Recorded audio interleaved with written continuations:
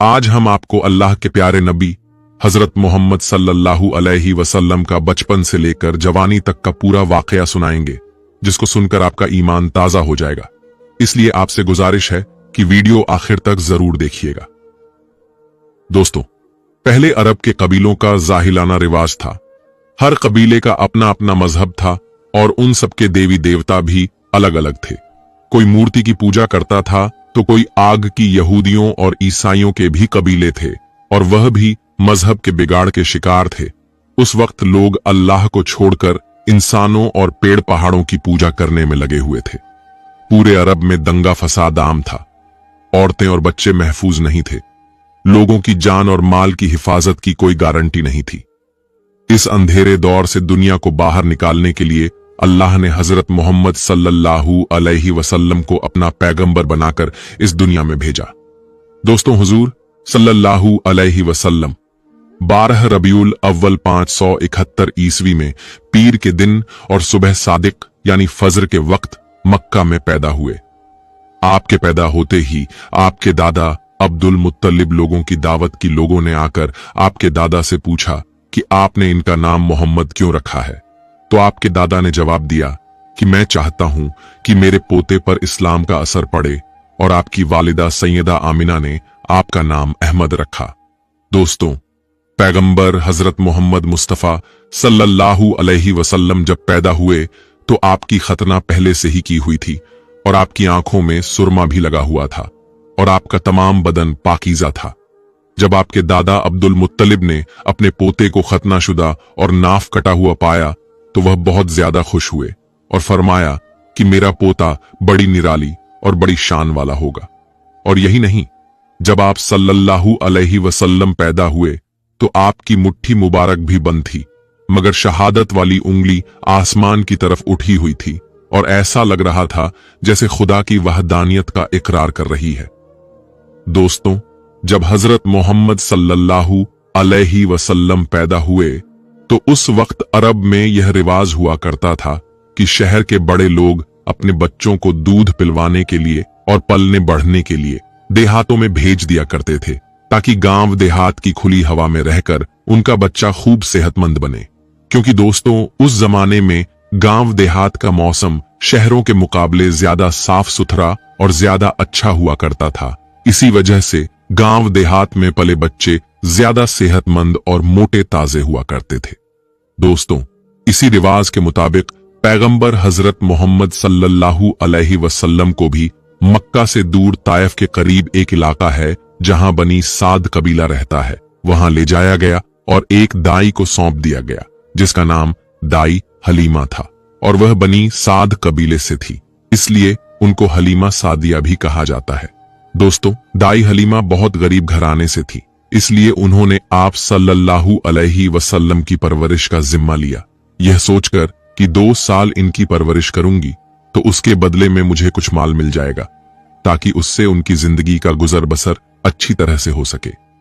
दोस्तों, जैसे ही हजरत आमिना ने अपने प्यारे बेटे हजरत मोहम्मद सल्लल्लाहु अलैहि वसल्लम को दाई हलीमा के हवाले किया, और ज्यों ही दाई हलीमा ने आप सल्लल्लाहु अलैहि वसल्लम को अपनी गोद में उठाया तो उसी वक्त से दाई हलीमा की जिंदगी में रहमत और बरकत होनी शुरू हो गई।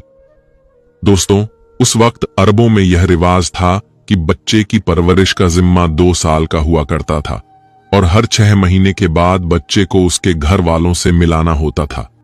इसी रिवाज के मुताबिक दाई हलीमा भी 6 महीने के बाद पैगंबर हजरत मोहम्मद सल्लल्लाहु अलैहि वसल्लम को उनकी मां से मिलाने के लिए मक्का पहुंची। उनके साथ उनका शौहर हारिस और उनका एक छोटा बच्चा भी था जो उनकी गोद में था। वह बच्चा भूख से रो रहा था क्योंकि हलीमा बहुत कमजोर थी और खाने पीने की कमी भी थी।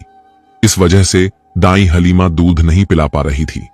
लेकिन जैसे ही उन्होंने अल्लाह के पैगंबर हजरत मोहम्मद सल्लल्लाहु अलैहि वसल्लम को अपनी गोद में उठाया और उनको दूध पिलाना शुरू किया तो पैगंबर हजरत मोहम्मद सल्लल्लाहु अलैहि वसल्लम ने खूब सैर होकर दूध पिया, और आप सल्लल्लाहु अलैहि वसल्लम के दूध पी लेने के बाद दाई हलीमा ने अपने मासूम बच्चे को भी खूब दूध पिलाया।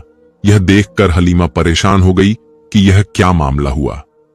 वह जब मक्का आ रही थी तो उनके पास दूध नहीं था, मगर जब से यह बच्चा उनकी गोद में आया है तब से अल्लाह की तरफ से खास रहमतों का आना शुरू हो गया है।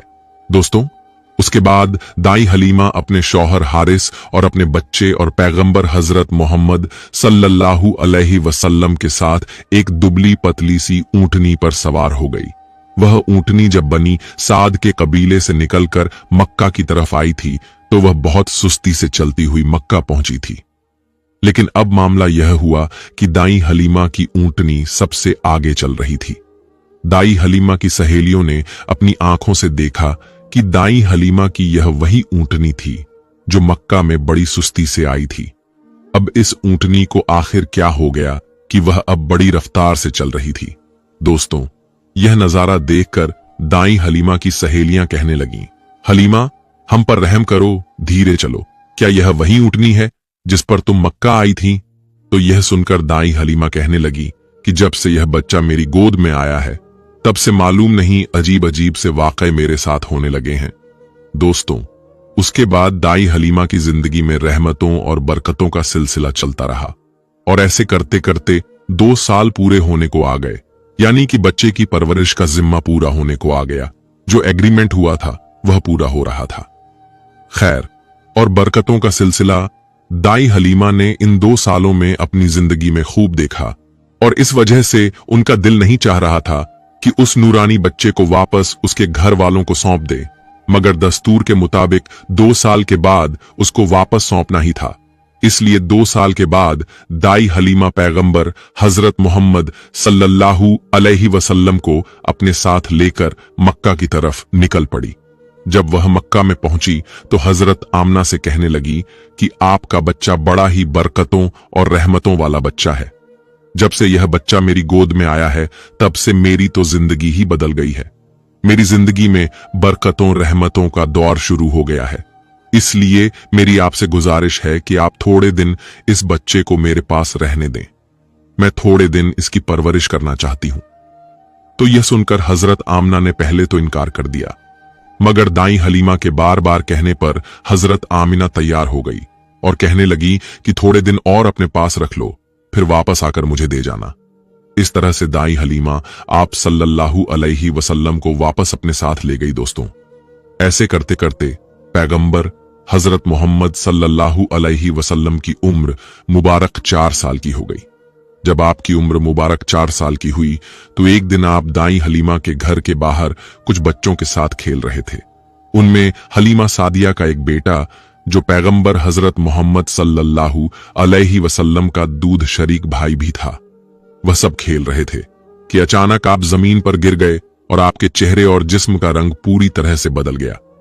दोस्तों, इतिहास की किताबों में है कि उस वक्त हजरत जिब्रील अलैहिस्सलाम पहली बार पैगंबर हजरत मोहम्मद सल्लल्लाहु अलैहि वसल्लम से मिलने आए थे।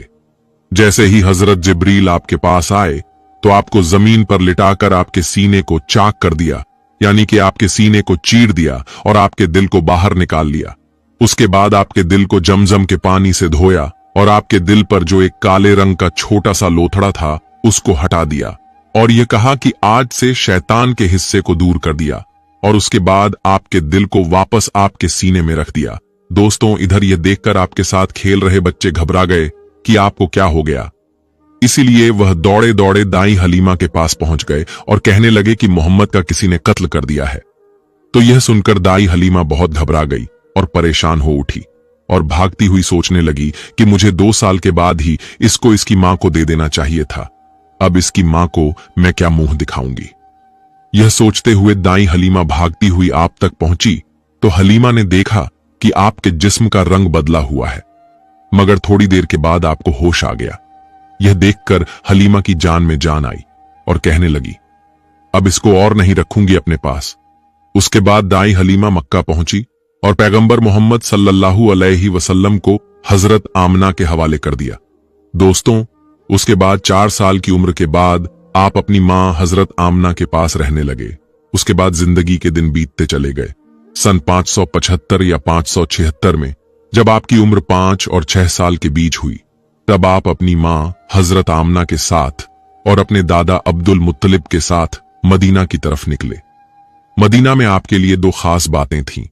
एक तो यह कि मदीना में आपके वालिद हजरत अब्दुल्लाह की कब्र मुबारक थी, और दूसरी बात यह थी कि मदीना में आपके दादा अब्दुल मुत्तलिब का ननिहाल भी था।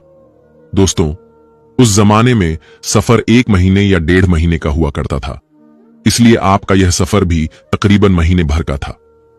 1 महीने के बाद जब आप पलटकर वापस मक्का की तरफ आ रहे थे, तो आपकी जिंदगी में जो वाकया पेश आया उसे देखकर आपके दादा अब्दुल मुत्तलिब हजरत मोहम्मद सल्लल्लाहु अलैहि वसल्लम को अपने बचपन की उम्र में ही दूसरा बड़ा झटका लगा और अल्लाह ने आपको एक और आजमाइश में डाल दिया।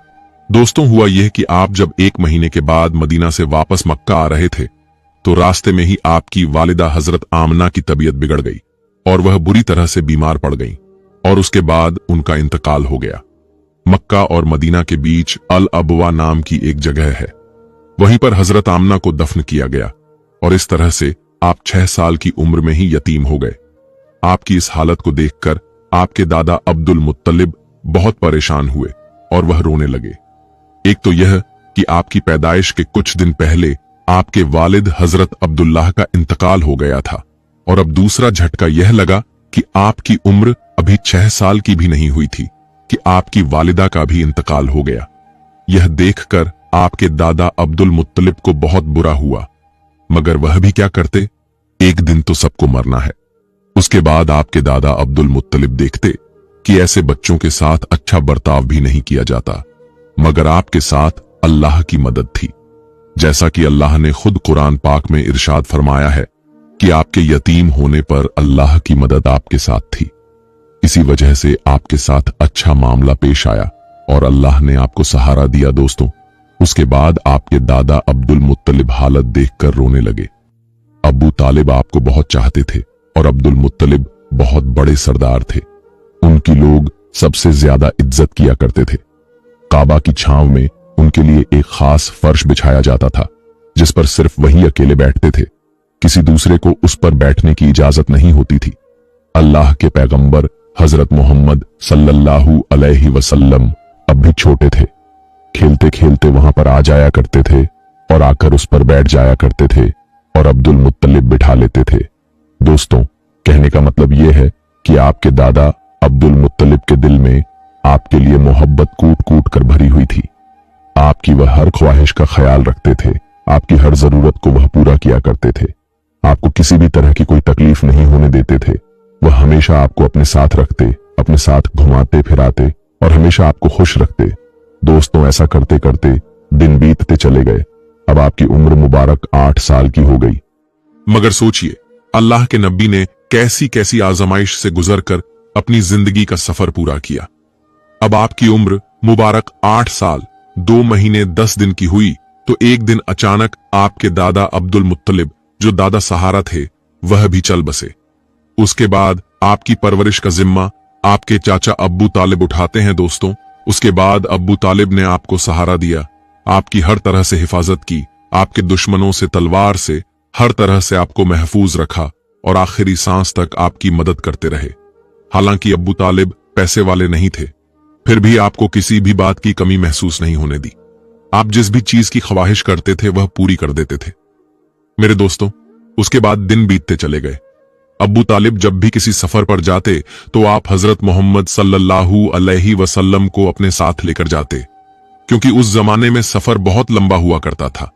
1-1.5 महीने का सफर होता था और अब्बू तालिब नहीं चाहते थे कि यह मासूम सा बच्चा, जिसके ना वालिद ना वालिदा का सहारा है, ना कोई दादा का सहारा है, उसको किसी और के भरोसे छोड़कर जाऊं और उसको तकलीफ हो। दोस्तों, एक बार अब्बू तालिब अपने काफिले के साथ मुल्क शाम की तरफ तिजारत के लिए रवाना हुए। याद रखें, पहले अरब में जो लोग थे, खास करके कुरैश के लोगों का इंपोर्ट एक्सपोर्ट का बिजनेस था, यानी कि वह एक जगह से सामान खरीदते थे और दूसरे जगह पर ले जाकर उसको बेच देते थे। इस तरह से वह लोग सामान खरीदते और बेचते थे। इसी काम के सिलसिले में अब्बू तालिब अपने काफिले के साथ मुल्क शाम की तरफ निकले। साथ में उन्होंने हजरत मोहम्मद सल्लल्लाहु अलैहि वसल्लम को भी ले लिया और आपको एक ऊंटनी पर सवार कर दिया। अब्बू तालिब का जब यह काफिला मुल्क शाम के बॉर्डर पर पहुंचा तो रात हो चुकी थी, इसलिए उन्होंने वहीं पर अपना पड़ाव डाला ताकि वह वहीं पर रात गुजार सकें और अपनी थकान दूर कर सकें। दोस्तों, हम आपको बता दें कि उस जमाने में राहिब हुआ करते थे जो एक जगह से दूसरी जगह पैदल जाया करते थे। उस जमाने में एक ईसाई राहिब था, यानी कि क्रिश्चियन राहिब, जो लोगों की रहनुमाई करता था। वह कभी अपने घर से बाहर नहीं निकलता था, यानी कि वह हमेशा अपने घर के अंदर ही रहता था। जब उसको मालूम चला कि उसके सामने किसी ने पड़ाव डाला है, तो वह दौड़ता हुआ उनके पास आया और पैगंबर हजरत मोहम्मद सल्लल्लाहु अलैहि वसल्लम को ले लिया और अबू तालिब से कहने लगा कि यह बच्चा सारी दुनिया का सरदार बनकर आया है। उसकी यह बात सुनकर अबू तालिब हैरान हुए और पूछने लगे कि तुम्हें कैसे पता? तुम्हें किसने बताया है कि यह बच्चा सारी दुनिया का सरदार बनकर आया है? तो उस राहिब ने कहा कि जब तुम उस घाटी से इधर इस घाटी में आ चुके थे, तो इस घाटी में ऐसा कोई भी दरख्त और पत्थर नहीं था जो इस बच्चे को देखकर न झुका हो, और पत्थर और दरख्त सिर्फ उन्हीं लोगों के आगे झुकते हैं जिन्हें अल्लाह अपना पैगंबर बनाकर भेजता है। उसके बाद वह कहने लगा, तुम इस बच्चे को मुल्क शाम साथ लेकर मत जाना, क्योंकि आगे यहूदियों से इनको खतरा है, कहीं वह इनका कत्ल न कर दें। और मैं इस बच्चे को अच्छी तरह से पहचानता हूं, क्योंकि तौरात और इंजील में इनके रसूल होने का जिक्र आया है, और मैं इस बच्चे को अच्छी तरह से पहचानता हूं। इनकी पीठ के नीचे एक सेब की तरह जो नबूवत की मोहर लगी है, उस मोहर से भी मैं इनको पहचानता हूं। लिहाजा तुम इन्हें मुल्क शाम लेकर मत जाना। दोस्तों, अब अबू तालिब को उस राहिब की बातों पर यकीन आ चुका था कि वह जो कह रहा है बिल्कुल सच कह रहा है। उसके बाद अबू तालिब ने किसी शख्स के जरिए से पैगंबर मोहम्मद सल्लल्लाहु अलैहि वसल्लम को वापस मक्का में पहुंचा दिया, क्योंकि अबू तालिब को यह मालूम हो चुका था कि यह जो बच्चा है ये कोई मामूली बच्चा नहीं है, ये बच्चा खास मर्तबा रखता है। अबू तालिब आपकी परवरिश और आपकी हिफाजत के मामले में और ज्यादा चौकन्ना हो गए और आपकी हर तरह से हिफाजत करने लगे। उसके बाद जब आप जवान हो गए, तो आप सल्लल्लाहु अलैहि वसल्लम की सच्चाई और ईमानदारी को देखकर एक बार हजरत खदीजा रजी अल्लाह ताला अन्हा ने आपको अपना माल देकर शाम में तिजारत के लिए भेजा और साथ में अपने एक गुलाम को भी लगा दिया। अल्लाह के फजल करम से तिजारत में बहुत फायदा हुआ। हजरत खदीजा के गुलाम, जिनका नाम मसीरा था, उन्होंने भी आपकी ईमानदारी और अच्छे अखलाकों की खूब तारीफ की। यह देखकर हजरत खदीजा आपकी तरफ माइल हुई, यानी कि हजरत खदीजा आप सल्लल्लाहु अलैहि वसल्लम से बहुत प्रभावित हुई, और उसके बाद उन्होंने खुद ही पैगंबर मोहम्मद सल्लल्लाहु अलैहि वसल्लम को निकाह का पैगाम भेजा।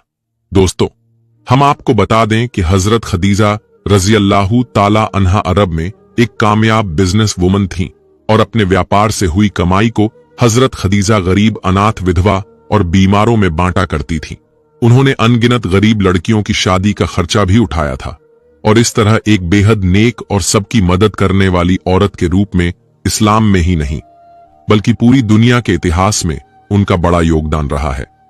यानी कि हजरत खदीजा हमेशा गरीब लोगों की अनाज और कपड़ों से मदद किया करती थीं। हजरत खदीजा मूर्तियों में विश्वास नहीं करती थीं और न ही उनकी पूजा करती थीं। दोस्तों, हम आपको यह भी बता दें कि हजरत खदीजा की पैगंबर मोहम्मद सल्लल्लाहु अलैहि वसल्लम के साथ शादी होने से पहले 2 शादियां हो चुकी थीं और उनके अपने पहले दोनों शौहर से बच्चे भी थे।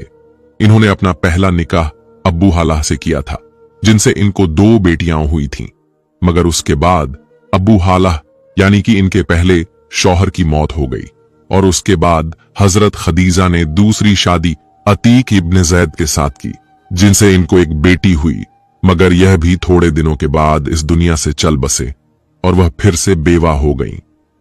उनके बाद अरब के बड़े बड़े ताजदारों ने, सरदारों ने खदीजा के साथ शादी की पेशकश की, मगर हजरत खदीजा राजी न हुई और यहां तक कि अल्लाह ताला ने आपको पैगंबर मोहम्मद सल्लल्लाहु अलैहि वसल्लम की तरफ माइल कर दिया। दोस्तों, उसके बाद हजरत खदीजा रजी अल्लाह ताला अन्हा ने पैगंबर मोहम्मद सल्लल्लाहु अलैहि वसल्लम की ईमानदारी और तिजारत सफर को देखकर तीसरे निकाह का पैगाम आपने खुद ही अपनी एक खास सहेली, जिसका नाम नफीसा था, उसके जरिए पैगंबर मोहम्मद सल्लल्लाहु अलैहि वसल्लम के पास भेजा तो यह सुनकर पैगंबर हजरत मोहम्मद सल्लल्लाहु अलैहि वसल्लम ने यह कहकर इनकार कर दिया कि वह इसके बारे में पहले अपने चचा अब्बू तालिब और अपनी चाची से बात करेंगे, उसके बाद ही वह इसके बारे में बताएंगे। दोस्तों, उसके बाद पैगंबर हजरत मोहम्मद सल्लल्लाहु अलैहि वसल्लम ने इस पैगाम के बारे में अपने चचा अब्बू तालिब से बात की, यानी कि उनको इस पैगाम के बारे में बताया। तो यह सुनकर आपके चचा अब्बू तालिब बहुत ज्यादा खुश हुए और निकाह करवाने के लिए राजी हो गए और आपको इजाजत दे दी। आपके चचा हजरत हमजा रजी अल्लाह ताला अनहु ने खदीजा रजी अल्लाह ताला अन्हा के चचा अम्र बिन असद से रसूलुल्लाह सल्लल्लाहु अलैहि वसल्लम के वली यानी कि बड़े होने की हैसियत से बातचीत की और 20 ऊंटनी मेहर यानी कि निकाह के वक्त औरत या बीवी को दी जाने वाली रकम या जो आपकी हैसियत में हो, यह देकर आपके चचा अब्बू तालिब ने आपका निकाह पढ़ा दिया। दोस्तों, उसके बाद हजरत खदीजा रजी अल्लाह ताला अन्हा और पैगंबर मोहम्मद सल्लल्लाहु अलैहि वसल्लम के निकाह का खुतबा आपके चचा अब्बू तालिब ने पढ़ा। उसमें अल्लाह की हम्द सना की गई। उसके बाद कबूलनामा हुआ और मेहर बयान किया गया। मेहर में 20 ऊंटनी लिखी गई। दोस्तों, यह मुल्क शाम की वापसी के 2 महीने बाद की बात है। उस वक्त आपकी उम्र तकरीबन 25 साल की थी और हजरत खदीजा रजी अल्लाह ताला अन्हा की उम्र 40 साल थी। हजरत खदीजा रजी अल्लाह ताला अन्हा आपकी पहली बीवी थी। हजरत खदीजा रजी अल्लाह ताला अन्हा के जीते जी आपने किसी और औरत से शादी नहीं की। आपकी तमाम औलादें भी इन्हीं से हुई हैं। सिर्फ हजरत इब्राहिम अलैहि सलाम हजरत मारिया रजी अल्लाह ताला अन्हा से पैदा हुए थे। दोस्तों, पैगंबर हजरत मोहम्मद सल्लल्लाहु अलैहि वसल्लम और हजरत खदीजा रजी अल्लाह ताला अन्हा की औलादें ये हैं, पहले कासिम, फिर जैनब, फिर रुकैया, फिर उम्मे कुलसूम, फिर फातिमा और फिर अब्दुल्ला। आपके तमाम बेटे बचपन में ही इंतकाल कर गए थे। अलबत्ता आपकी बेटियों ने नबूवत का दौर पाया, ईमान लाई, हिजरत भी की और सबकी सब आपकी जिंदगी में ही इंतकाल कर गईं। सिर्फ हजरत फातिमा रजी अल्लाह ताला अन्हा आपके इस दुनिया से पर्दा फरमा जाने के 6 महीने बाद इस दुनिया से रुखसत हुई। हजरत खदीजा रजी अल्लाह ताला अन्हा आपकी पहली बीवी हैं। जब आप सल्लल्लाहु अलैहि वसल्लम पर पहली आयत नाजिल हुई तो रसूलुल्लाह सल्लल्लाहु अलैहि वसल्लम ने सबसे पहले आपको बताया। इस्लाम कबूल करने वालों में हजरत खदीजा रजी अल्लाह ताला अन्हा पहली खातून है। इस्लाम को फैलाने में न सिर्फ आपने साथ दिया बल्कि माली तौर पर भी बढ़ चढ़कर हिस्सा लिया। दोस्तों, पैगंबर हजरत मोहम्मद सल्लल्लाहु अलैहि वसल्लम हजरत खदीजा रजी अल्लाह ताला अन्हा से बहुत मोहब्बत किया करते थे और उनके होते हुए यानी हजरत खदीजा के जीते जी आपने दूसरी शादी नहीं की थी। हजरत खदीजा रजी अल्लाह ताला अन्हा और पैगंबर मोहम्मद सल्लल्लाहु अलैहि वसल्लम का साथ तकरीबन 25 साल तक रहा। अल्लाह के पैगंबर हजरत मोहम्मद सल्लल्लाहु अलैहि वसल्लम ने फरमाया कि खदीजा दुनिया की बेहतरीन औरतों में से हैं। आप रजी अल्लाह ताला अन्हा की वफात के बाद भी पैगंबर हजरत मोहम्मद सल्लल्लाहु अलैहि वसल्लम अक्सर आपको याद किया करते थे और आपकी सहेलियों को हदियाना भेजते थे। औलादें यानी कि आपके 6 बच्चे हजरत खदीजा रजी अल्लाह ताला अन्हा से ही हैं, सिवाय हजरत इब्राहिम अलैहि सलाम के। हजरत खदीजा रजी अल्लाह ताला अन्हा की कब्र मुबारक जन्नतुल मुअल्ला मक्का में है। जिस साल हजरत खदीजा रजी अल्लाह ताला अन्हा और आपके चचा अब्बू तालिब का इंतकाल हुआ, उस साल को आपने गम का साल करार दिया। मेरे दोस्तों, ऐलान ए नबूवत से पहले अल्लाह के पैगंबर हजरत मोहम्मद सल्लल्लाहु अलैहि वसल्लम कुछ खाने पीने का सामान अपने साथ लेकर गार ए हिरा की पहाड़ी पर चले जाया करते थे और वहां जाकर अल्लाह की इबादत किया करते थे, यानी अल्लाह की इबादत में मशगूल रहते थे। यह सिलसिला काफी दिनों तक ऐसे ही चलता रहा। एक मर्तबा अल्लाह के पैगंबर हजरत मोहम्मद सल्लल्लाहु अलैहि वसल्लम गार ए हिरा की पहाड़ी पर अल्लाह की इबादत में मशगूल थे कि इतने में आपके पास हजरत जिब्रील अलैहिस्सलाम अपनी असली शक्ल ओ सूरत में तशरीफ लाए, यानी कि अचानक हजरत जिब्रील अलैहिस्सलाम आपके सामने नाजिल हो गए। हम आपको बता दें कि यह जिब्रील अलैहिस्सलाम अल्लाह के सारे फरिश्तों के सरदार हैं। और हजरत जिब्रील अलैहिस्सलाम की ताकत इतनी है कि अगर वह अपना एक पर फैला दें तो पूरब से लेकर पश्चिम तक पूरी दुनिया को ढक लें। यानी इतना बड़ा हजरत जिब्रील अलैहिस्सलाम का एक पर है और हजरत जिब्रील अलैहिस्सलाम के इस तरह के 70,000 पर हैं। अब आप सोचिए कि हजरत जिब्रील अलैहिस्सलाम कितने बड़े होंगे। इसके अलावा हजरत जिब्रील अलैहिस्सलाम की रफ्तार इतनी तेज है कि वह पलक झपकते ही सिदरा से जमीन पर आ जाते हैं और पलक झपकते ही जमीन से वापस सिदरा पर पहुंच जाते हैं। यह हजरत जिब्रील अलैहिस्सलाम की ताकत का आलम है। अगर हजरत जिब्रील अलैहिस्सलाम चाहें तो पूरी जमीन को उठाकर पलट सकते हैं कौम ए लूत को। इसी तरह से हजरत जिब्रील अलैहिस्सलाम ने पलटा था। यह हजरत जिब्रील अलैहिस्सलाम की शान है जो अल्लाह के एक फरिश्ते हैं। दोस्तों, यही हजरत जिब्रील अलैहिस्सलाम पहली बार अपनी असली शक्ल ओ सूरत में अल्लाह के प्यारे नबी हजरत मोहम्मद सल्लल्लाहु अलैहि वसल्लम के सामने हाजिर हो गए और कहने लगे, पढ़ो इकरा। यह सुनकर आप सल्लल्लाहु अलैहि वसल्लम ने फरमाया, मैं नहीं पढ़ता। हजरत जिब्रील अलैहिस्सलाम ने दोबारा कहा, पढ़ो इकरा। आप सल्लल्लाहु अलैहि वसल्लम ने फिर कहा, मैं नहीं पढ़ता। हजरत जिब्रील अलैहिस्सलाम ने तीसरी मर्तबा कहा, पढ़ो इकरा। तो आपने फिर कहा, मैं नहीं पढ़ता।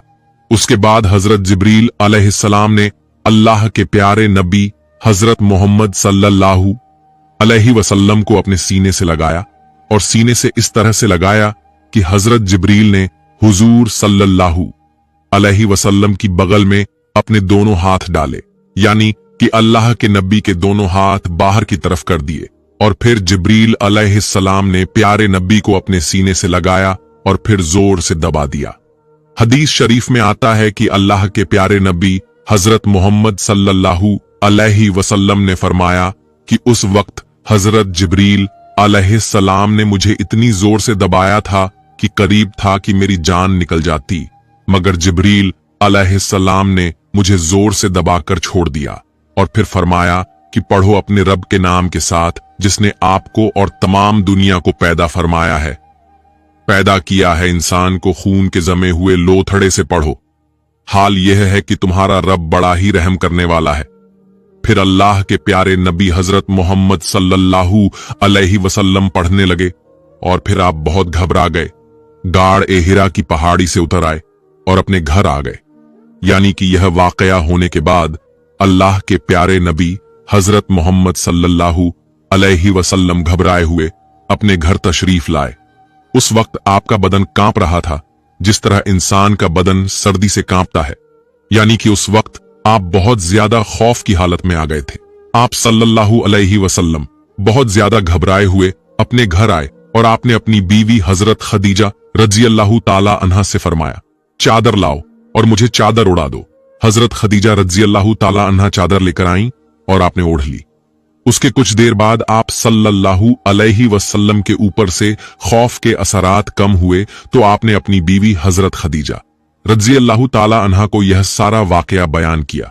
यानी कि गारे हिरा की पहाड़ी पर जो भी आपके साथ हुआ वह सब हजरत खदीजा रज़ियल्लाहु ताला अन्हा के सामने बयान कर दिया। यह वाकया सुनकर हजरत खदीजा रज़ियल्लाहु ताला अन्हा ने फरमाया कि आपके ऊपर यह कोई शैतानी काम नहीं हो सकता है, क्योंकि आपने हमेशा गरीबों की मदद की है, आपने हमेशा बेवा को सहारा दिया है, आपने हमेशा यतीम के सहारे बने हो, आपने हमेशा बेसहारा लोगों की मदद की है। इसलिए अल्लाह ताला आपके साथ कभी कुछ गलत नहीं होने देगा। दोस्तों, उसके बाद हजरत खदीजा रज़ियल्लाहु ताला अन्हा अल्लाह के प्यारे नबी हजरत मोहम्मद सल्लल्लाहु अलैहि वसल्लम को साथ लेकर अपने चचाजाद भाई हजरत वरका इब्न नौफल के पास पहुंची, जो उस वक्त ईसाइयों के एक बहुत बड़े आलिम थे। यह असल में पहले मुशरिक थे, यानी कि बुत परस्त थे, लेकिन यह बहुत तालीम याफ्ता थे। इसलिए बाद में इन्होंने ईसाई धर्म को कबूल कर लिया और तौरात और इंजील को याद भी कर लिया। यानी कि यह उस वक्त तौरात के बहुत बड़े आलिम थे। इसलिए हजरत खदीजा रज़ियल्लाहु ताला अन्हा अल्लाह के प्यारे नबी हजरत मोहम्मद सल्लल्लाहु अलैहि वसल्लम को लेकर अपने इन्हीं चचाजाद भाई के पास पहुंची और जाकर सारा वाकया बयान कर दिया। हजरत वरका इब्न नौफल बुजुर्ग हो चुके थे और उनकी बीनाई चली गई थी, यानी कि वह देख नहीं सकते थे। जब उन्होंने अल्लाह के नबी हजरत मोहम्मद सल्लल्लाहु अलैहि वसल्लम की हालत सुनी तो पूछने लगे कि आपको क्या हुआ। तो आप सल्लल्लाहु अलैहि वसल्लम ने फरमाया कि मैं गाड़ ए हिरा की पहाड़ी पर अल्लाह की इबादत में मशगूल था। इतने में अचानक मेरे सामने एक बहुत बड़ा शख्स आ गया और कहने लगा, पढ़ो। जब मैंने कहा मैं नहीं पढ़ता, तो उसने मुझे अपने सीने से लगाकर बहुत जोर से दबाया। फिर मैंने पढ़ना शुरू कर दिया। अब दोस्तों, जैसा कि हमने आपको पहले बताया, हजरत वर्का इब्न नौफल उस वक्त तौरात और इंजील के बहुत बड़े आलिम थे, इसीलिए वह अल्लाह के आखिरी नबी की तमाम निशानियों से वाकिफ थे। उन्होंने यह सुनकर कहा, अल्लाह की कसम, जो आपके पास आया था वह वही अल्लाह का फरिश्ता है जो हजरत मूसा अलैहिस्सलाम और हजरत ईसा अलैहिस्सलाम पर नाजिल होता था, यानी कि वही फरिश्ता जो हजरत मूसा अलैहिस्सलाम और हजरत ईसा अलैहिस्सलाम के पास आता था, वही आपके पास आया है।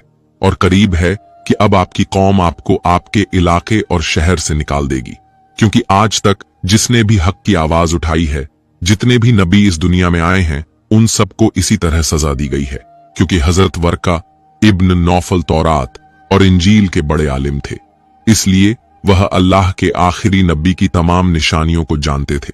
उन्होंने यह सारी बातें आपको बता दी, और उन्होंने इससे पहले हजरत खदीजा रजी अल्लाह ताला अन्हा से भी यह सुना था कि उन्होंने पैगंबर हजरत मोहम्मद सल्लल्लाहु अलैहि वसल्लम से निकाह भी इसलिए किया था कि आप सच्चे हैं और आप अमानतदार हैं। यह सारी बातें बताकर फिर हजरत वर्का इब्न नौफल ने फरमाया, अगर मैं उस वक्त तक जिंदा रहा तो मैं आपकी जरूर मदद करूंगा।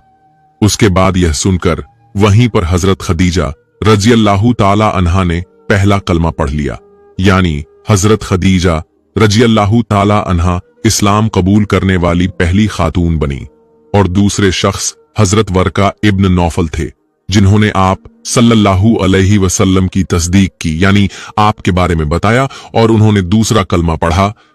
तो मेरे दोस्तों, आगे का वाकया इंशाअल्लाह हम अपलोड करेंगे, लेकिन इस वीडियो पर सपोर्ट मिलेगा तब आपको आगे का वाकया देखना होगा, तो कमेंट जरूर कीजिएगा।